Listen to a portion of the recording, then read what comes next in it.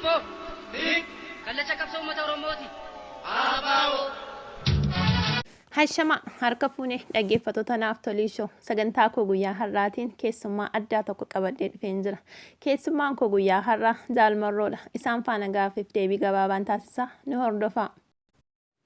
Hayyee Jaalmarroo, namoonni tokko tokko waanuma xixiqqoo gaafa itti ho'u ol ka'anii bilisoomneerraa jedhu. Bilisummaan kun mee akkamitti ibsama? Yoo maal ta'edha bilisoomneerraa kan nuti jechuu dandeenya? Kana jechuun Oromiyaa biyya taate alaabaa mataa ishee qabdu, seera mataa ishee baafattee, mootummaa mataa ishee ijaarratte jechuudha. Mootummaan kun hidhamtoota siyaasaa yakka tokko malee hidhee sana booddee immoo yeroo inni gadhiisu namoonni kanuma ilaalanii gammadanii baay'ee dhiichisanii sirbu. Jara kanaaf deebii akkamii qabduufi?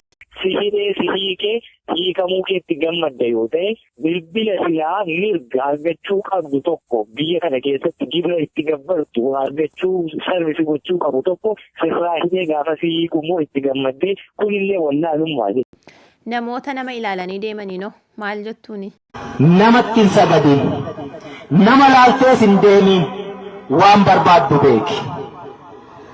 Namoonni nama fakkeenya godhatan gaafa inni karaa irraa jallatee kaayyoo isaa irraa maquu hedduu aaruunii loluunii arrabsu kuni maaliif ta'a?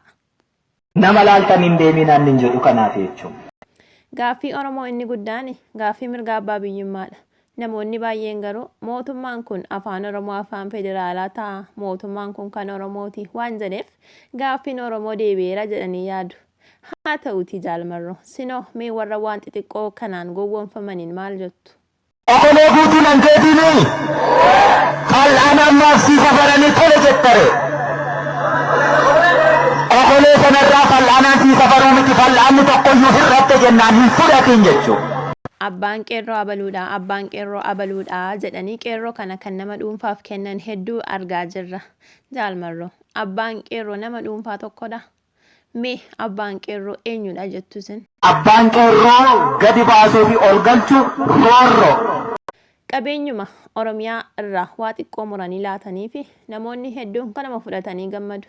Mee isin jara kanaan maal jettuuni Jaalmarroo? Kan kee irratti namni abbaa ta'ee safaree siin kennu. Nu kafaane amma kana jechuudha. Mootummaan Abiyyi kun Minilik akka nama jabaa ta'etti yeroo ni dhaadheessu agarra. Minilik dhuguma nama jabaadha. Isiniif mee nama akkamiidha Minilik? Minilik nageenya isaas ilaalchisee namni kuni nama qubaa'u mallatteessu wallaalaa harree yaabbatee dhufee farda Oromoo siidaa dabalee nama jedhamu hatee. Hayyee Jaalmarroo, gaaffiif deebii nu faana taasistaniif ulfaadha. Fayyaa ta'e.